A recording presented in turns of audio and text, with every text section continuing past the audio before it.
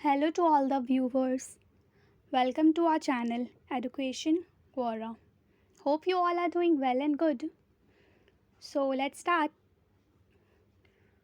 तो हमने child development and pedagogy यानी CDP की सीरीज़ स्टार्ट की थी और अपनी पिछली वीडियो में जो कि हमारी फ़र्स्ट वीडियो थी इस सीरीज़ की उसमें अपना फ़र्स्ट टॉपिक कवर किया था और उसके अंदर कुछ सब टॉपिक्स थे like concept of growth and development, वृद्धि एवं विकास की अवधारणा, difference between growth and development, वृद्धि एवं विकास के बीच क्या अंतर होता है ये हमने जाना था, और different stages of growth and development, वृद्धि एवं विकास की विभिन्न अवस्थाएं।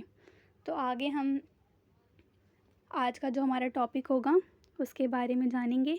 तो आज का जो हमारा टॉपिक है वो है various dimensions of growth and development, वृद्धि और विकास के विभिन्न आयाम।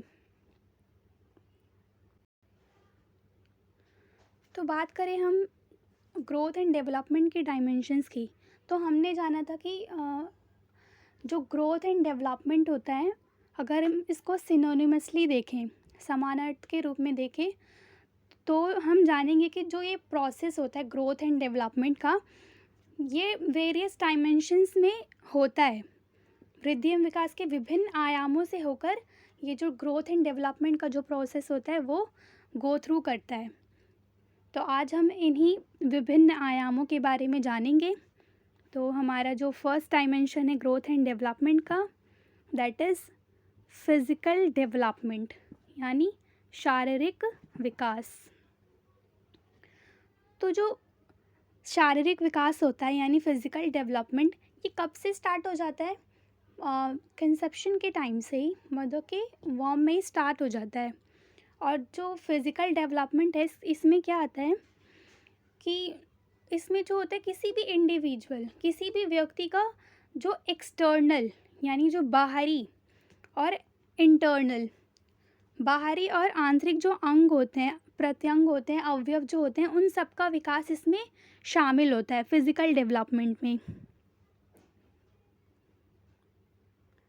लाइक एक्सटर्नल ऑर्गन्स में जैसे हमारी जो बॉडी के पार्ट्स होते हैं, हमारा हाथ पैर जो भी होता है, जो इंटरनल ऑर्गन्स होते हैं हमारे हार्ट, हमारी kidneys, lungs, liver, colon etcetera, इन सब का डेवलपमेंट फिज़िकल डेवलपमेंट के अंडर आता है।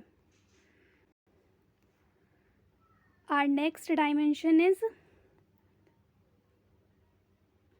कॉग्निटिव डेवलपमेंट यानी संज्ञानात्मक विकास।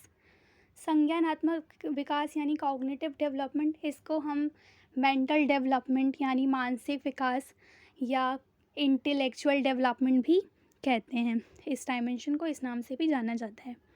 तो जो हमारा ये कॉग्निटिव डेवलपमेंट होता है यानी संज्ञानात्मक विकास, इसमें क्या होता है, इसमें जो हमारी इंटेलेक्चुअल पावर्स होती हैं, जो मेंटल कम्पिटेंस, जो मानसिक योग्यता, मानसिक शक्तियाँ जो हमारी होती है, उन सब का डेवलपमेंट इसमें शामिल होता है। और उनमें क्या क्या होता है, जो हमारी मेंटल कम्पिटेंस होती है वो क्या क्या होती है, लाइक रीजनिंग एंड थिंकिंग, तर्क करने की, सोचने विचारने की जो शक्ति होती है हमारी, वो इमेजिनेशन कि हम कैसे, हमारी कल्पना शक्ति कैसी है, कंसंट्रेशन, हमारी एकाग्रता की जो शक्ति है वो कैसी है, क्रिएटिविटी, कितनी क्रियात्मकता है, सृजनात्मकता है, सेंसेशन यानी संवेदना, परसेप्शन प्रत्यक्षीकरण, मेमोरी कि हम, जो हमारी स्मरण शक्ति है वो कैसी है, हम किसी चीज़ को कितनी जल्दी अपनी मेमोरी में रिटेन कर पाते हैं, डिस्क्रिमिनेशन, हम विभेदीकरण की शक्ति हमारे इंटेलेक्चुअल पावर्स में आती है, जनरलाइजेशन यानी सामान्यीकरण। तो ये जितनी भी इंटेलेक्चुअल पावर्स हैं, मेंटल कम्पिटेंस हैं, ये सब मिलके कॉग्निटिव डेवलपमेंट का जो डायमेंशन है उसको फुलफिल करती है। So our next dimension is emotional development यानी संवेगात्मक विकास।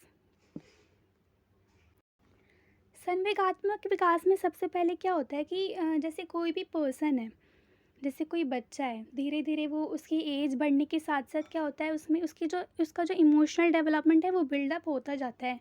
इनिशियली क्या होता है शुरुआत में कि कि जो वेरियस इमोशंस होते हैं, बहुत सारे इमोशंस होते हैं ह्यूमन बीइंग में, उन सब का क्या होता है, एवोल्यूशन होता है, उन सब का विकास होता है इनिशियली।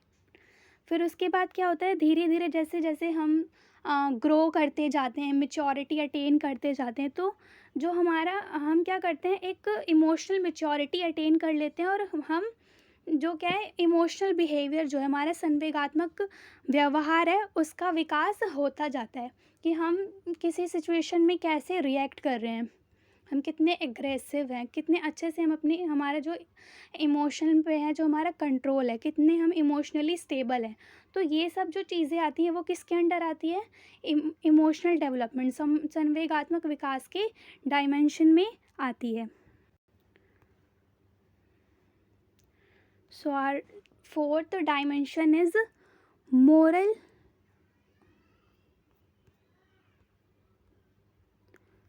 मोरल और कैरेक्टर डेवलपमेंट।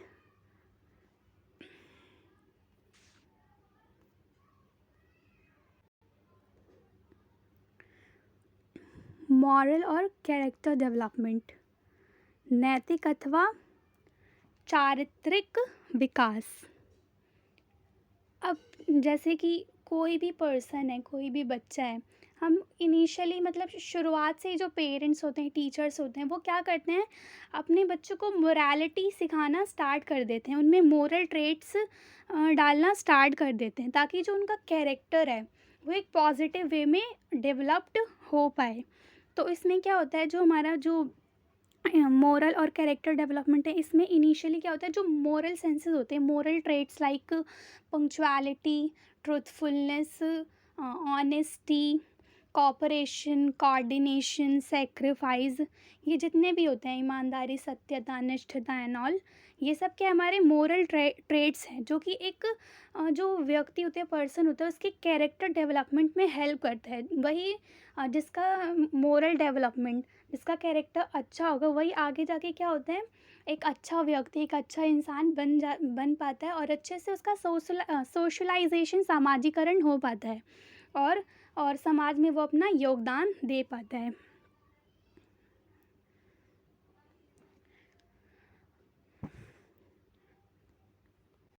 और क्या होता है कि जो इंडिविजुअल होते हैं, अपने एथिकल और मोरल कोड्स जो जो होते हैं, इसके थ्रू मोरल और कैरेक्टर डेवलपमेंट जैसे जैसे होता है, हम क्या अटेन करते हैं, अपने एथिकल और मोरल कोड्स जो ट्रेट्स होते हैं वो अटेन करते हैं, और हमारा कैरेक्टर डेवलपमेंट होता रहता है।